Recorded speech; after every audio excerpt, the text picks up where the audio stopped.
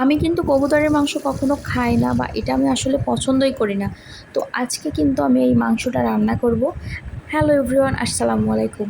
আর এই মাংসটা কিন্তু যারা অসুস্থ তাদের জন্য কিন্তু অনেক উপকারী।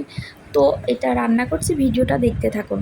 প্রথমে আমি কবুতরের মাংসটাকে খুব সুন্দর করে কেটে কুটে নিয়েছি, আর তারপর এটাকে সুন্দর মতো ধুয়ে নিয়েছি। আসলে এটা একটা পাখি, তো এই জন্য আমার একটু কেমন যেন লাগে খাইতে।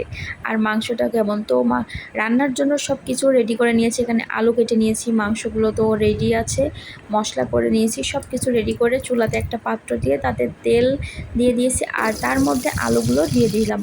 প্রথমে আমি আলুর মধ্যে লবণ, হলুদ, হালকা একটু মশলা দিয়ে বেশ কিছুক্ষণ নাড়ানাড়ি করার পরে এটা নামিয়ে ফেলবো। আর আসলে আমি এইভাবে রান্না করি। আমি ম্যাক্সিমাম মুরগি রান্না করতে গেলেও এই আলুটা একটু হালকা ফ্রাই করে নিই, তাহলে বেশ ভালো হয়।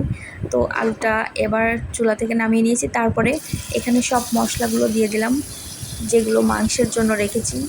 আর মশলা দেওয়ার পর এটা হালকা নেড়ে নিব। মশলাগুলো একটু হালকা কষিয়ে নিয়েছি, তারপরে এখানে হলুদ, লবণ, আরও চিনি, তারপরে এলাচ এগুলো দিয়ে নিয়েছি। আর এরপর যে মাংসটা রেখেছি কবুতরের, সেই মাংসটা এক এক করে দিয়ে দিব।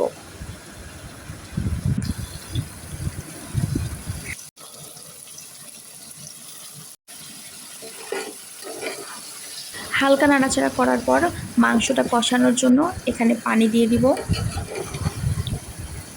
পানি দিয়ে এটাকে সুন্দর মতো কষিয়ে নিব। মাংসটা কষানো প্রায় শেষ, আর এরপর আমি এর মধ্যে ভেজে রাখা সে আলুটা দিয়ে দেব। আর তারপর আবার কিছুক্ষণ নাড়াচাড়া করব।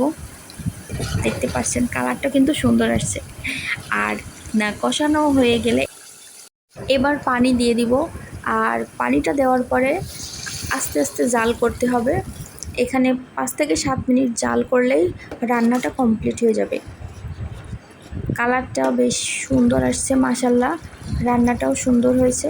আপনারা চাইলে কিন্তু এইভাবে মাংসটা রান্না করতে পারেন। আল্লাহ হাফেজ।